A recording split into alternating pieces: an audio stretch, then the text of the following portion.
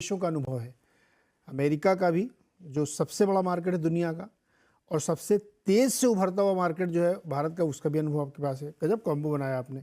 तो क्या ये जो अभी संजय जी कह रहे थे कि महंगे सस्ते की डिबेट एक सब्जेक्टिव डिबेट है, क्योंकि जैसे मान लीजिए जिसने कभी HDFC बैंक का 300 रुपये का भाव देखा ही नहीं, आज वो 1600-1700 का भाव देख रहा है, या उसने पिछले 2-3 साल में देखा तो 1400 के नीचे नहीं जाता, उसको ये क्यों लगना चाहिए कि ये महंगा सस्ते की डिबेट में पड़ा। मैं तो कल से मैं मार्केट में आया हूँ, मुझे दिख रहा है ये 1600 का मिल रहा है, तो लेना चाहिए। जैसे संजय जी कह रहे हैं कि बहुत बड़ी जो नई कम्युनिटी आ रही पैसे लेकर के मार्केट के लिए, तो क्या इस वक्त इंडियन कॉन्टेक्स्ट में कि बाजार बहुत महंगा हो गया इसलिए बहुत डर लगना चाहिए? जैसे एक कॉन्टेक्स्ट में होता है, तो जैसे ही मार्केट 1000 पॉइंट निफ्टी चला, अरे बहुत महंगा हो गया, अब एक बड़ा करेक्शन आएगा, सब लोग डर जाते हैं, ये सब नेगेटिव बातें शुरू हो जाती हैं। क्यों? क्या ये बहस जायज़ लगती है आपको?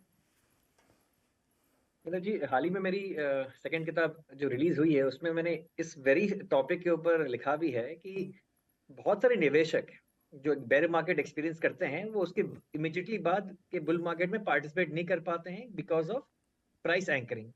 तो इन्वेस्टर्स को फोकस करना चाहिए on trying to find the best value, not to obtain the lowest possible price. सबसे लोएस्ट भाव में खरीदना जरूरी नहीं है अगर आपको रिटर्न्स बनानी है अच्छे शेयर मार्केट में।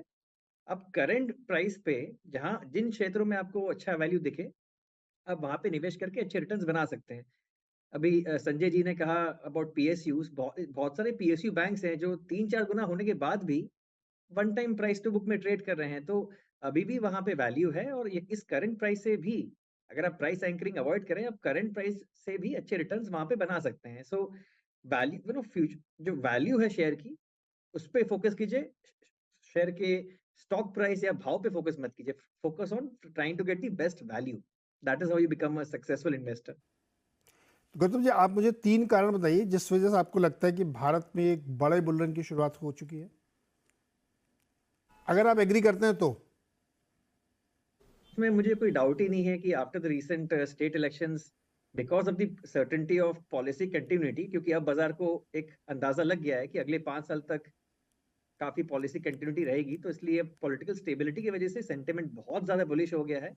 उसके साथ साथ क्रूड ऑयल जो इंडिया के लिए बहुत बड़ा फैक्टर है, वो $100 से गिर के $70 हो गया है। 30% की गिरावट क्रूड ऑयल में आई है। जो डॉलर इंडेक्स है जो शॉर्ट टर्म सेंटिमेंट ड्राइव करता है वो भी नीचे आ रहा है। और यूएस इंटरेस्ट रेट्स 10 ईयर के जो 5% टच किए थे वो 5% से गिर के 4.1% तक आ गए हैं। तो ये तीनों की फैक्टर्स जिनकी वजह से small cap mid cap shares में नया बुल रन स्टार्ट होता है, तीनों अब इंडिया की फेवर में है। तो एक ही अभी फिलहाल कंसर्न है मोस्ट इन्वेस्टर्स का, वो है एंट्री वैल्यूएशंस। तो अब आज के शेयर्स को तो आप कल के भाव में खरीद नहीं पाएंगे, तो अब आपको बेसिकली अपना टाइम होराइजन जो इन्वेस्टमेंट होराइजन है उसको आपको थोड़ा लंबा करना पड़ेगा, क्योंकि जब आपका इन्वेस्टमेंट होराइजन 1 या 2 साल के नजरिया का हो तब आपको एंट्री वैल्यूएशंस में बहुत ज्यादा ध्यान देना जरूरी है। लेकिन जब आप एक्सपेंसिव वैल्यूएशंस में एंटर करते हैं तो फिर आपको अपना इन्वेस्टमेंट होराइजन लंबा करना पड़ेगा और अपने रिटर्न एक्सपेक्टेशंस थोड़ी मॉडरेट करने पड़ेंगे। इंटरेस्टिंग। बहुत सारे लोग IT दिग्गज शेयर खरीदना चाहते थे, वो नीचे नहीं आए, आ ही नहीं रहे, और नहीं चले तब भी नीचे नहीं आ रहे। तो वेद पंकज जी जो कह रहे हैं गौतम जी कि आपको ये देखना पड़ेगा कि आप जो खरीद रहे हैं उसमें आगे कितना रिटर्न बन सकता है।